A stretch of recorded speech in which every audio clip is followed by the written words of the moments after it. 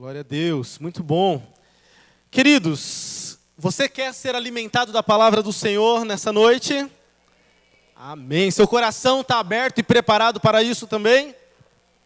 Vamos desfrutar da palavra maravilhosa do nosso Deus.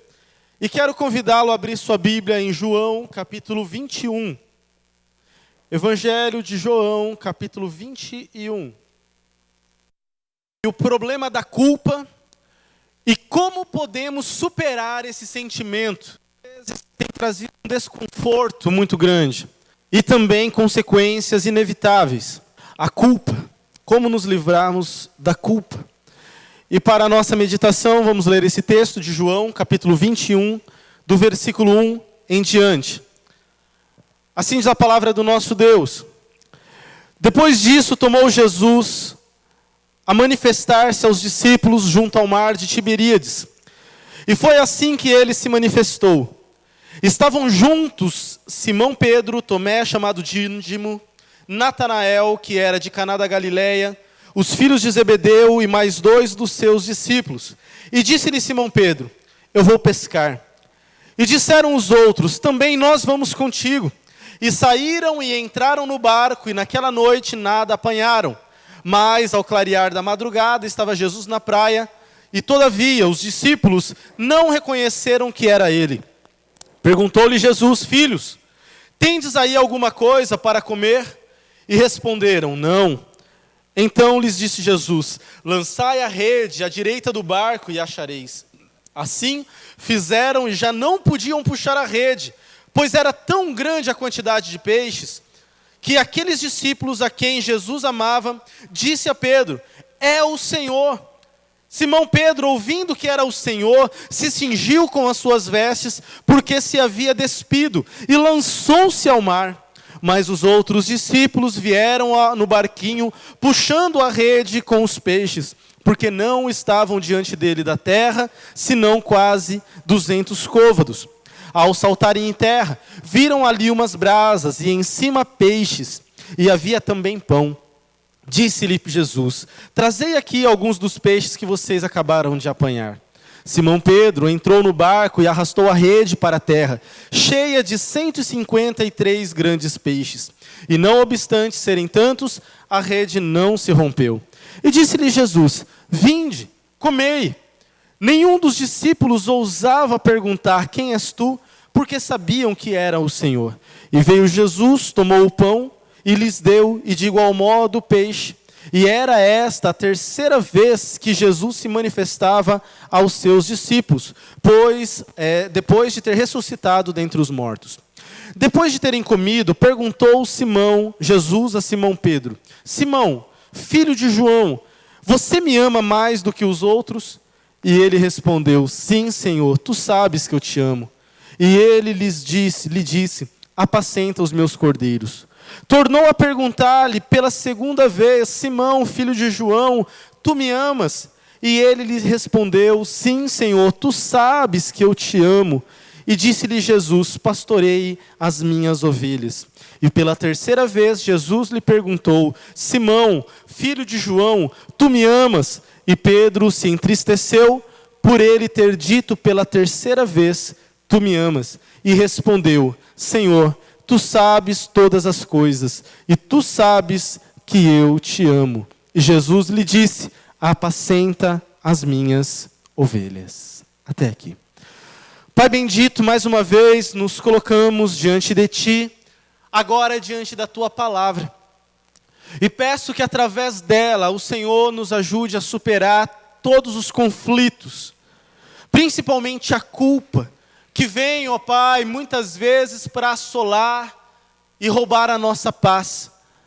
Que o Senhor conceda graça e misericórdia, para que nos vejamos livres de todas as cadeias, de todo o peso, de todas as cadeias que nos prendem, para que assim desfrutemos de uma vida livre, para o louvor da sua glória, pois como diz na tua palavra, se o teu Filho nos libertar, verdadeiramente seremos livres. Amém.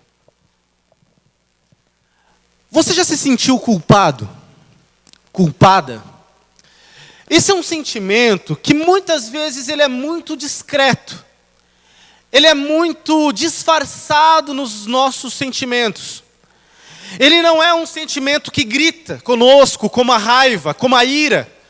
É um sentimento que às vezes fica camuflado, disfarçado. Ele é muito discreto, muito sutil.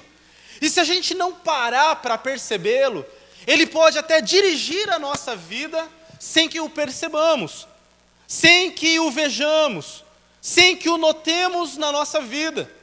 A culpa está presente não em todos nós, mas na maioria de nós. E precisamos notar o que ele tem feito conosco. Sentimos diversas culpas. Por exemplo, sentimos culpa por muitas vezes trabalhar demais. Sentimos culpa por às vezes não darmos conta das demandas da família, das contas para pagar. Nos sentimos culpados muitas vezes por descansar demais ou por trabalhar demais. Quantos aqui não se sentem culpados por ser um pai que às vezes não é perfeito? Uma mãe que não é perfeita? Quantos aqui se sentem culpados pela forma com que viveram até hoje a vida conjugal, a vida familiar? Sentem aquele peso de culpa. Eu acho que eu errei. Eu fiz alguma coisa errada na criação dos meus filhos. Eu fiz alguma coisa errada na minha história, por isso que eu estou sofrendo, por isso que eu estou passando por lutas, por isso que eu estou passando por dificuldades. Sentimos essa culpa por, às vezes, não fazer o trabalho que deveríamos fazer, ou por aquilo que fizemos de uma forma demasiada. Nos sentimos muito culpados por diversas coisas que acontecem na nossa vida. Culpa por algo terrível que às vezes fizemos. Culpa por termos falado algo que não deveríamos ter falado. Por termos feito algo no passado que até hoje essa culpa vem nos atormentando, com memórias, com lembranças do que eu fiz, do que eu falei, ou do que aconteceu.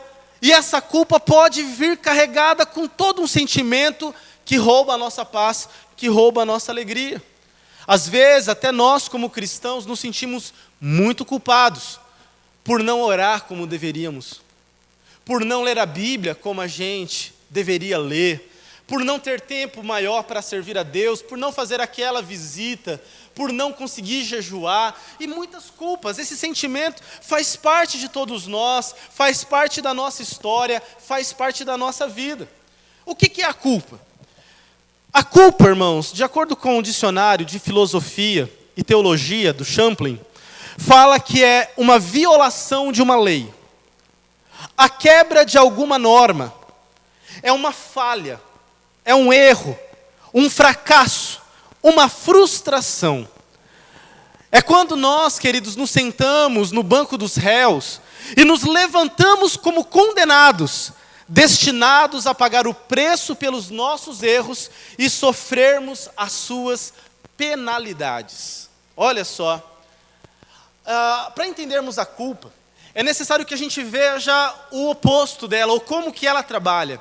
Porque se a preocupação, ela faz com que fiquemos preocupados com o que vai acontecer, que é a ansiedade, a culpa tem o foco no passado, com o que foi, com o que passou. Se a ansiedade, eu estou angustiado com aquilo que pode vir a acontecer, na culpa, eu me preocupo com as águas passadas, com a minha história, com o que se foi, com aquilo que não está mais no presente, mas aquilo que está ligado ao passado.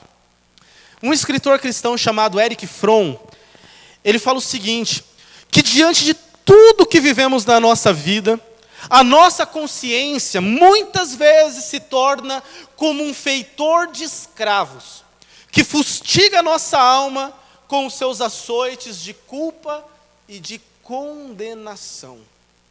A culpa às vezes faz isso mesmo conosco. Ela vem e se levanta conosco para nos castigar.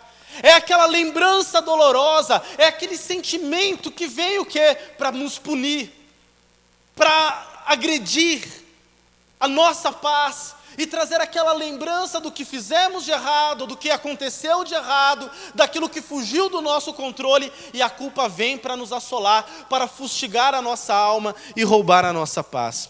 Mas qual é o problema da culpa?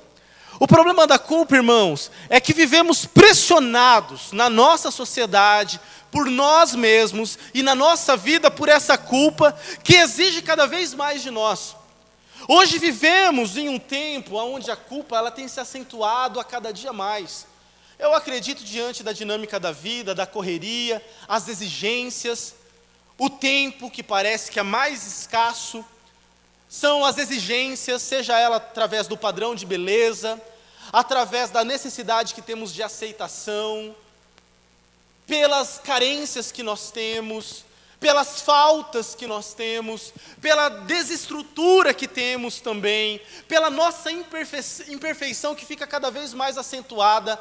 Tudo isso faz com que sejamos assediados por essa culpa, que exige de nós resultado, produtividade, que exige de nós a cada dia mais uma performance melhor, a ponto de exigir da gente uma perfeição que a gente nunca vai alcançar.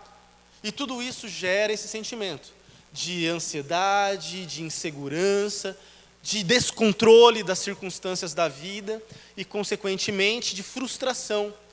Porque são padrões que não alcançamos. Um padrão de aceitação que nunca alcançamos, nos sentimos frustrados, vem a culpa. Um padrão de metas que devemos alcançar e, como não alcançamos, nos frustramos e nos sentimos culpados. Anseios, carências que temos, que não conseguimos resolver e que vem também em forma de culpa para todos nós. Mas quem é que geralmente nos acusa? Quem é que nos traz esse sentimento de culpa ao coração? Da onde vem esse sentimento de culpa em todos nós? Primeiro, nós mesmos. É um sentimento que é natural do ser humano. Não por mais que veremos sobre a questão espiritual, mas o sentimento de culpa é um sentimento que é natural do ser humano. Nós temos a nossa consciência que nos acusa, mediante o infringir da lei, mediante as regras que são quebradas, mediante as nossas falhas e as nossas faltas. É o sinal de alerta da nossa consciência que algo não anda bem, que algo não está correto, que eu errei, que eu falhei. Como veremos logo mais, veremos que o próprio sentimento de culpa, ele é necessário para a introdução da moral na sociedade. Uma pessoa que não tem esse sentimento de culpa, ele se torna um psicopata, um sociopata, uma pessoa que não consegue sentir o seu erro, não consegue entender aonde ele falha, aonde que ele está errando. Por isso a culpa é necessária para nós, porque ela nos faz identificar aonde falhamos, aonde erramos. Então essa consciência de culpa, para nós, ela é importante. O problema é quando ela sai do controle, como veremos. Segundo, nós também somos culpados pelo diabo. Como cristãos, nós entendemos essa realidade espiritual, que o diabo, ele é o quê? O acusador. Ele é aquele que não mede esforços para apontar o dedo para você e para mim e falar: você lembra? Você lembra o que você fez? Você lembra o que aconteceu? Você se lembra aquilo que você disse? Você estava com raiva, mas você lembra como você feriu aquela pessoa? Você viu o que você fez para ela? Você se lembra daquele erro tão grave que você cometeu na sua juventude, quando você era jovem? Ele vem para nos acusar. Ele vem para nos colocar no banco dos réus. Ele vem para se levantar como o acusador das nossas almas, dizendo: você merece castigo, você merece punição, você não merece ser feliz. Ele vem para mostrar e para querer jogar na nossa cara as nossas falhas e as nossas imperfeições. Nós também somos acusados, terceiro, pela santidade do Senhor. Somos acusados pelos nossos pecados quando nos confrontamos com a grandeza do nosso Deus. Isso é importante, isso é fundamental. É um processo que todos nós temos que passar, porque faz parte do processo de conversão. Porque ninguém consegue chegar ao arrependimento sem primeiro entender que é culpado pelo seu erro. Percebem? Eu preciso entender que sou pecador para então me render aos pés de Cristo. Ninguém consegue se entregar verdadeiramente a Cristo se primeiro não entender que é um pecador. E para entendermos que somos pecadores, eu tenho que entender que sou culpado pelos meus pecados. E como diz a palavra do Senhor, não há um justo sequer, não há ninguém que faça o bem, todos nós pecamos e estamos destituídos da glória de Deus. Então somos culpados. Diante da santidade de Deus, existe uma culpa verdadeira sobre nós que precisamos resolver. E ela resolvemos aos pés da cruz, através do que Deus tem para realizar na nossa vida. Então, a santidade do Senhor também mostra o quanto somos culpados, e isso é bom. Assim como a dor física, ela é importante para dizer-nos que algo não anda bem com o nosso organismo, assim como uma febre, ela fala para nós que tem algum desajuste orgânico em nós. A culpa também ela é importante da parte do Senhor para nos mostrar que espiritualmente não há algo bom. Aqui também faço um parênteses. Quando esse sentimento de culpa some do coração de um cristão, isso é um problema muito sério. Isso é um problema grave. Quando praticamos o pecado e o pecado já não nos incomoda mais, quando fazemos o que é errado, e isso tem acontecido a cada dia mais, porque os cristãos estão pecando. Nós como cristãos muitas vezes estamos com o coração tão endurecido, que o Espírito Santo já perdeu a sua voz intensa dentro de nós, a ponto de já não conseguirmos mais ouvir essa voz de convencimento do Espírito Santo dizendo que estamos errados. Cuidado. Se o teu coração um dia ficar tão duro a ponto de você não conseguir ouvir a voz do Senhor dizendo que você está no caminho errado, cuidado com esse sinal de alerta. É o mesmo perigo para um organismo que já não sente mais dor, que está anestesiado. Eu me lembro uma vez que eu fui no dentista quando eu era bem jovem, bem criança. Eu usei aparelho durante 3 anos e meio, o fixo. E eu me lembro que um dia eu fui fazer algum procedimento dentário e o dentista, ele aplicou aquela anestesia. Minha boca ficou dormente. E o que eu comecei a fazer? Comecei a morder toda a parte interna da minha boca. E eu não estava sentindo nada. Eu não estava percebendo o estrago que eu estava fazendo dentro da minha boca. Até que o efeito da anestesia passou. E eu pude perceber o que estava acontecendo dentro da minha boca. Quantos cristãos hoje em dia estão anestesiados pelo pecado, a tal ponto de não perceberem mais que são culpados pelo erro que cometem, pelas suas falhas que praticam, por viver longe de Deus e não conseguir ver que isso é mortífero, que isso é nocivo, que isso vai trazer destruição e morte. Queridos, esse sentimento de arrependimento deve ser constante, e devemos pedir para Deus: Deus, sonda meu coração, vê se há em mim algum caminho mau, me mostra, me convence do meu pecado, para que eu possa me render ao Senhor, que é o Criador dos céus e da terra.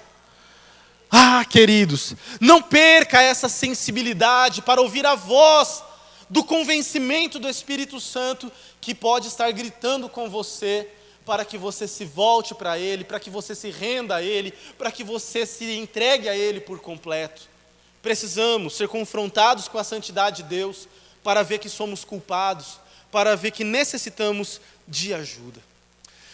No seu livro Culpa e Graça, Paul Tournier, ele diz que existe uma diferenciação que todos nós devemos fazer na nossa vida cristã, diante da culpa, que é conseguir identificar esse sentimento de culpa que existe dentro de nós, e a gente conseguir perceber qual é a culpa verdadeira da culpa falsa. Todos nós temos que saber diferenciá-las, distingui-las, entre a culpa verdadeira e a culpa falsa, porque nem todo sentimento de culpa é verdadeiro, é legítimo, é real. Nós também sentimos muito essa culpa, que ela não tem justificativa verdadeira. Ela é mais algo que vem para trazer condenação, mas não é legítima, ela não é real, e ela precisamos diferenciar uma da outra. A culpa falsa, ela vem sobre nós e vem de forma diferenciada. Tem gente que se culpa mais, tem gente que se culpa menos, tem gente que se cobra mais, tem outras pessoas que não se cobra por nada. Então esse sentimento de culpa varia de pessoa para pessoa, porque somos particulares na nossa formação, nas nossas cobranças pessoais. Então, tem uns que se cobram mais do que outros. Mas existe uma culpa falsa. Por exemplo, é aquele sentimento que, mesmo cansado ou cansada, você não pode descansar por nada nesse mundo. É aquele sentimento que pode vir no teu coração te cobrando, porque você não pode nem levantar os pés 5 minutos lá no sofá para descansar. Se não vem a neura, né? Vocês lembram aquela propaganda? Vem a neura, vamos, tem casa para limpar, tem coisa para fazer. É aquele sentimento de culpa, que vem até de coisas irreais por todos nós. Quer ver outro sentimento irreal de culpa? Nós estamos a cada dia mais evidenciando um tempo de abuso. E um sentimento que é muito comum entre as pessoas, entre as mulheres abusadas, sabe qual é? Um sentimento de culpa. Sentimento de culpa. Além de sofrerem agressão, seja ela verbal, física ou sexual, elas ainda carregam durante muito tempo um sentimento de culpa. Que elas provocaram essa agressão, que elas provocaram essa reação, ou no cônjuge, ou no namorado, e elas mereceram. Então, além de serem sequeladas por todas as marcas das lutas, ainda tem que carregar o peso da culpa durante tanto tempo. Tem um seriado na televisão que chama Adolescentes em Perigo.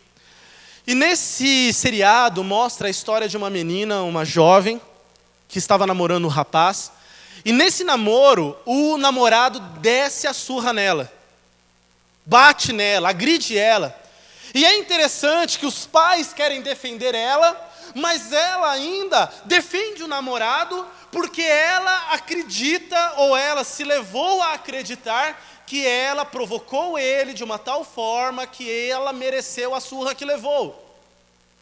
Percebem? Como que é esse jogo meio maluco dos sentimentos? Aonde ela mereceu a surra, ela estava acreditando nisso. Esse sentimento de culpa, ele é irreal. Isso tem que tomar um cuidado tão grande. Tem uma escritora chamada Ilma Cunha, no livro Família, Campo de Batalha, ou como que é, Esther? Ou Refúgio, né? Alguma coisa assim, um livro maravilhoso, se você puder ler, leia. E ela fala a história de uma jovem, de uma criança, que havia crescido, mas quando ainda criança, olha que coisa, como que é a nossa mente, como que ela trabalha, por causa da culpa. Eu me lembro desse caso, que ela narra que ela tinha tinha os seus irmãos, e bem criancinha, bem novinha, ela recebeu uma responsabilidade do pai, numa tarde, que era cuidar do filhinho mais novo. Então, ela, que ainda era de colo e estava dentro do carrinho.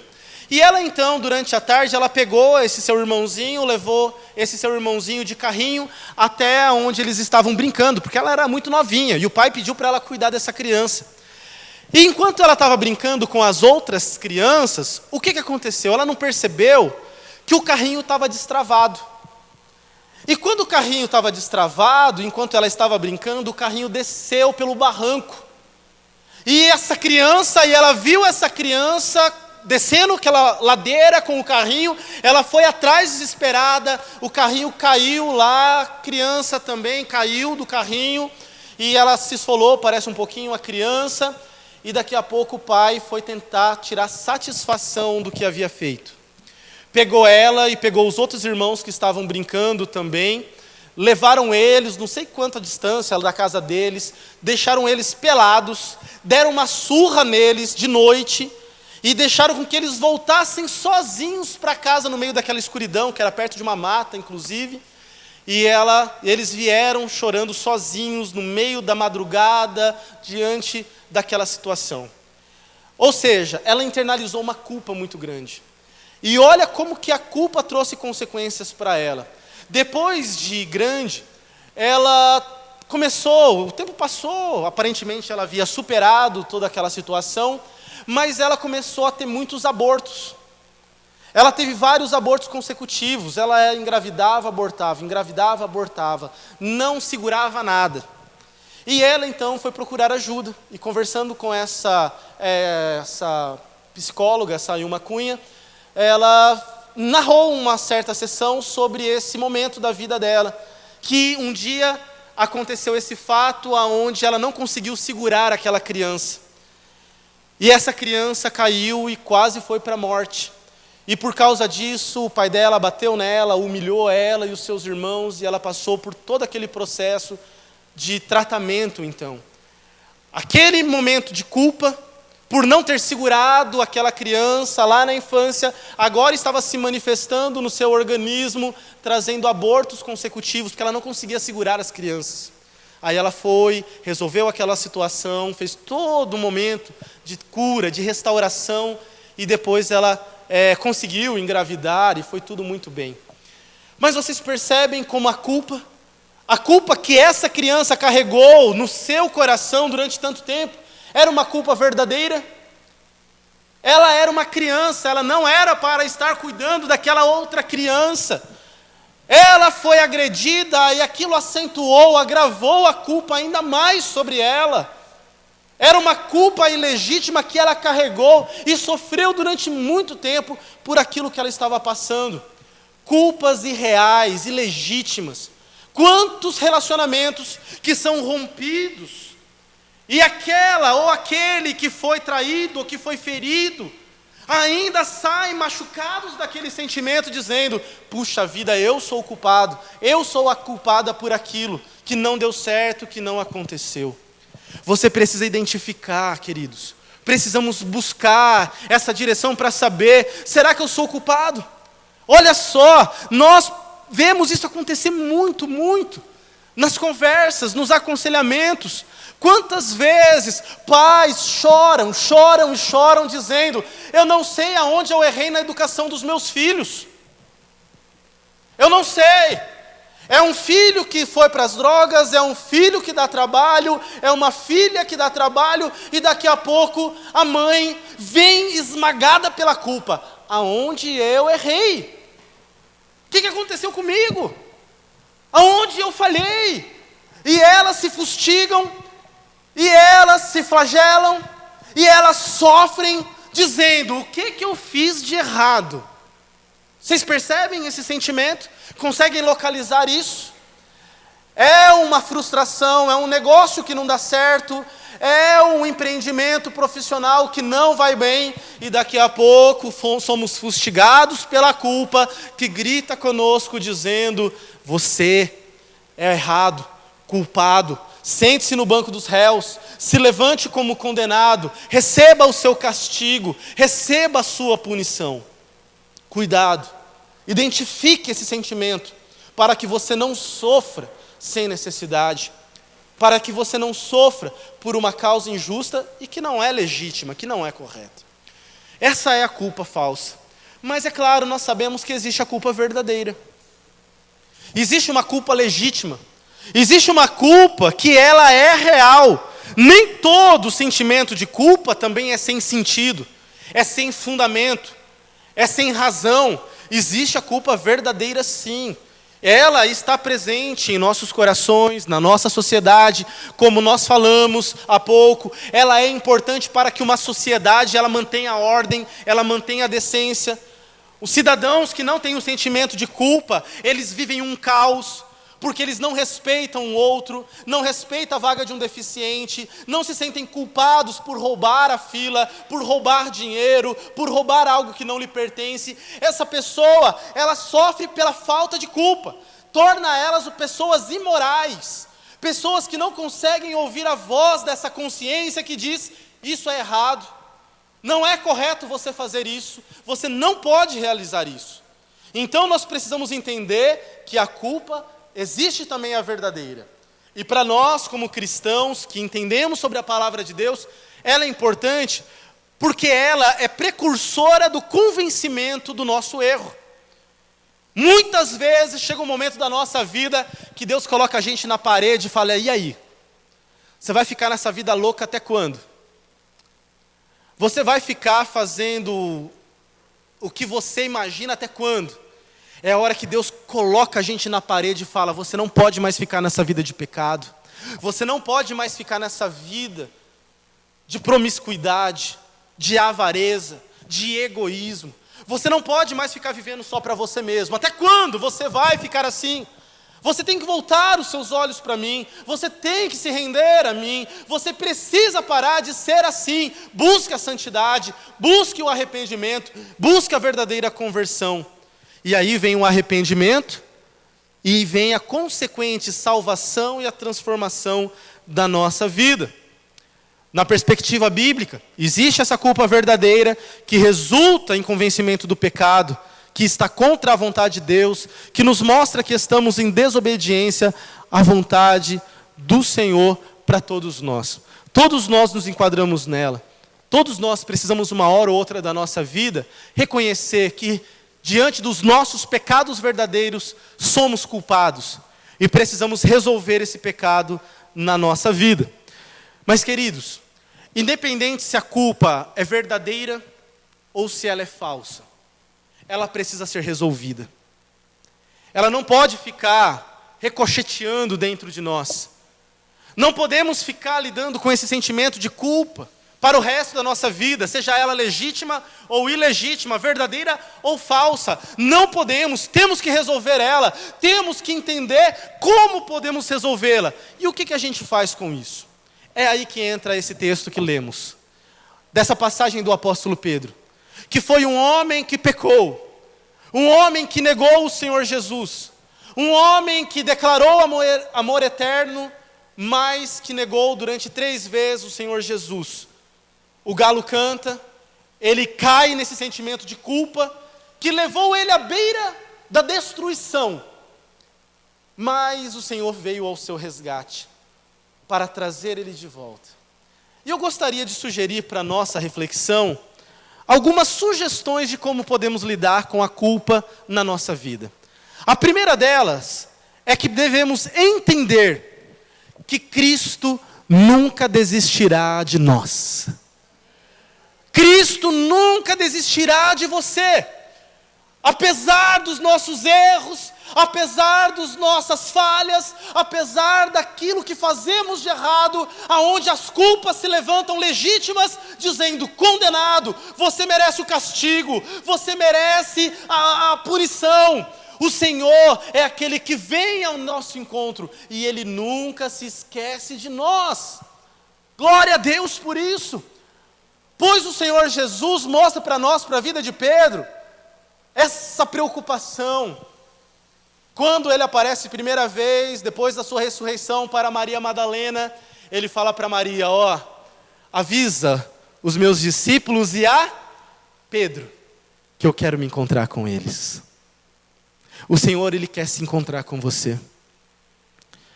Ele quer se encontrar com você para resolver todas as crises, todas as falhas, todos os sentimentos conflituosos do seu coração. Muitas vezes como filho, que se sente culpado por não cuidar dos seus pais como deveriam. E hoje talvez os pais não estejam mais presentes, já faleceram. Mas o filho ainda é aquele que carrega esse sentimento de culpa por não ter feito o melhor pelos pais. O Senhor vai até você e fala: vamos resolver isso? Assim como o Senhor foi em busca de Pedro, o Senhor pode também, por seu amor, vir até nós e falar: vamos resolver essas pendências que podem surgir no seu coração, que podem surgir na sua vida, que podem estar assolando o seu coração. Vamos resolver isso, vamos trabalhar sobre isso, vamos reelaborar, reorganizar esses sentimentos no coração. Ele irá ao teu encontro, Ele irá ao nosso encontro quando precisarmos. E é isso que Ele quer fazer. Ele quer encontrar com você, assim como Ele se encontrou com Pedro no mar de Tiberíades, no mar da Galileia. Terceiro, Ele deseja trazer à sua memória aquilo que pode te dar esperança. Vira para quem está do seu lado e fala assim: Deus quer restaurar as suas lembranças. Deus quer restaurar nossas lembranças. Quando Pedro resolve, depois de ter pecado contra o Senhor, voltar a pescar, voltar à velha vida, abandonar os caminhos do apostolado,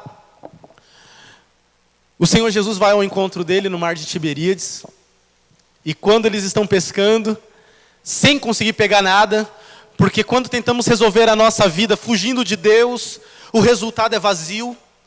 Quando tentamos resolver os nossos conflitos por nós mesmos, com a nossa força, e longe do centro da vontade de Deus, isso é infrutífero, e isso não traz resultado nenhum.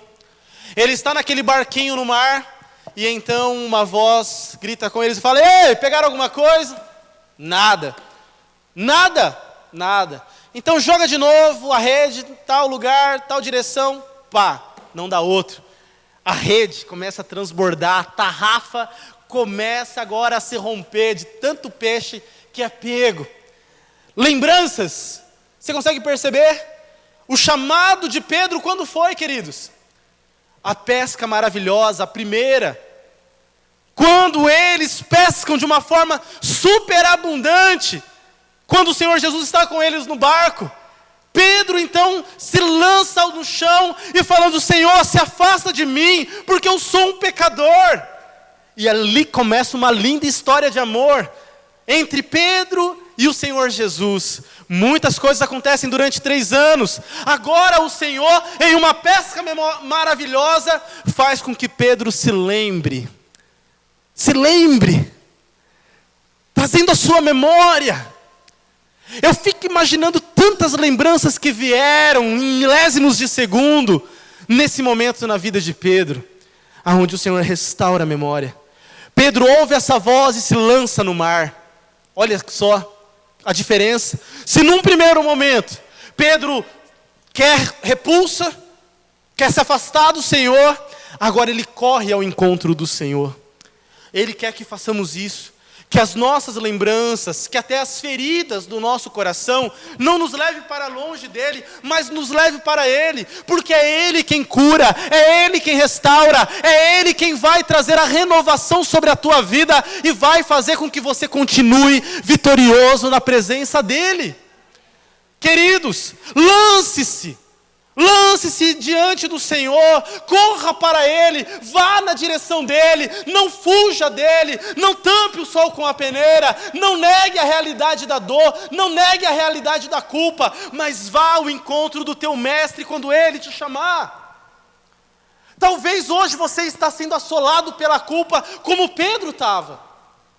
Pedro estava sendo fustigado pela sua consciência, certamente pelo diabo, certamente pelos problemas da vida, sempre se lembrando: eu neguei, eu falhei, eu errei, desobedeci, jurei amor eterno, mas eu falhei com o meu Senhor.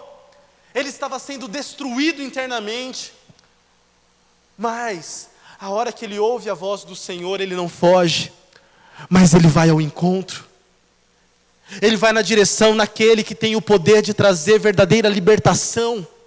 Ele vai ao encontro daquele que pode fazer com que um réu condenado seja absolvido da sua culpa. Ele vai ao encontro daquele que pode libertar os algemados e condenados. Ele vai ao encontro daquele que pode trazer paz à sua alma. Seu coração está aflito. Você está angustiado, você chegou aqui destruído pela culpa, por esse sentimento de inquietude do coração. Essa é a hora da gente se lançar e ir ao encontro desse que tem o poder de nos transformar. Pedro mergulha, vai ao encontro do Senhor. Lá está o Senhor fazendo um peixinho assado, pãozinho na chapa para ele, preparando uma refeição, eles comem juntos. Mas o Senhor, Ele nos ama tanto que não nos deixará para sempre com as nossas feridas abertas. Ele nos ama tanto que Ele se vê na necessidade de, às vezes, tocar em feridas que estão ainda latentes em nosso coração, para nos tratar no mais íntimo da nossa alma, e não nos deixar numa caminhada cristã feridos, machucados, e que vai limitando e sugando as nossas forças. E o Senhor então toca na ferida. Pedro, posso te fazer uma pergunta? Você me ama? Senhor, o Senhor sabe que eu te amo. Pedro, você me ama de verdade? Claro que eu te amo, Senhor. Pedro, você me ama mesmo, Pedro? Claro que eu te amo, Deus. Claro que eu te amo, o Senhor sabe. O Senhor sabe. Para cada negação, o transbordar do amor de Deus. Para cada falha, o bálsamo do Senhor de cura. Para cada ferida aberta, a graça do Senhor sendo derramada. Para cada lembrança dolorosa, um momento de renovação. Para cada momento doloroso da vida, o toque de cura do nosso Senhor. Para cada momento de lembrança, para cada situação dolorosa, para cada momento de dor da tua vida, Deus virá ao teu encontro para trazer cura, restauração e vida, para que nós servamos a Ele com todo o nosso coração e com tudo aquilo que nós temos. Ele quer curar, queridos. Ele quer que amadureçamos, que forjemos a nossa vida numa caminhada cristã de transformação, de lapidação. E precisamos deixar Ele tratar. É como se nos assentássemos no divã dEle e tenhamos que agora, diante do Todo-Poderoso, trazer à memória momentos de dor, para que depois venha a esperança.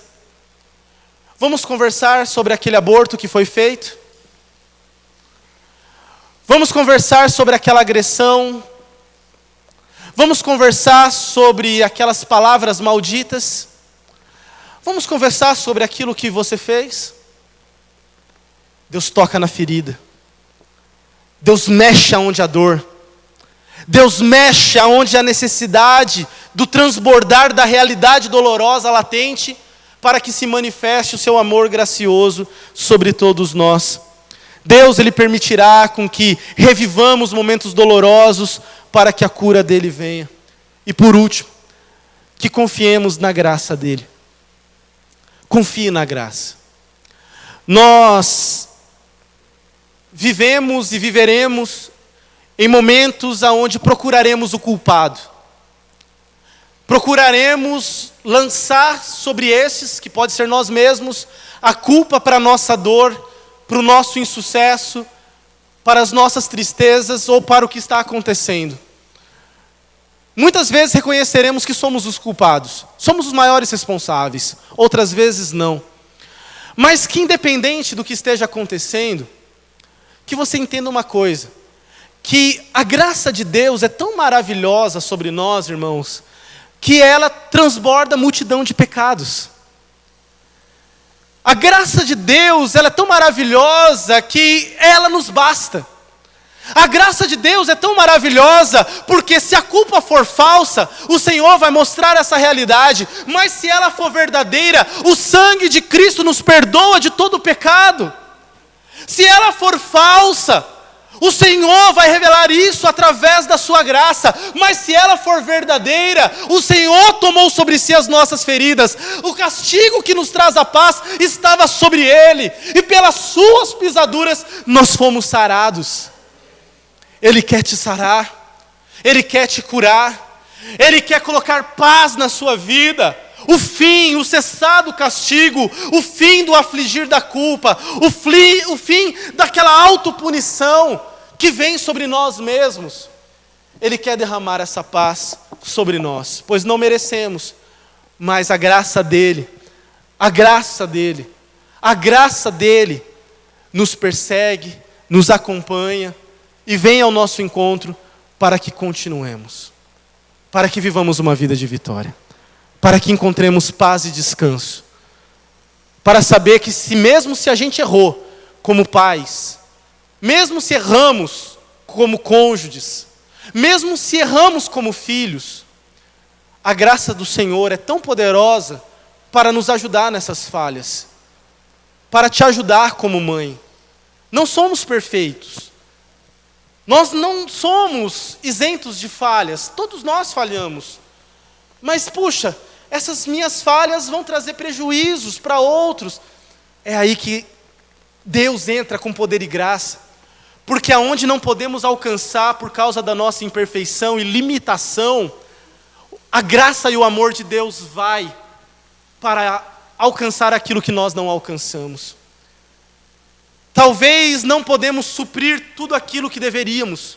Talvez nossos filhos não tenham condições de receber de nós tudo aquilo que eles necessitam. Mas a graça de Deus, a paternidade do Senhor é poderosa para ir ao encontro, para abençoar, para preencher aquilo que não podemos.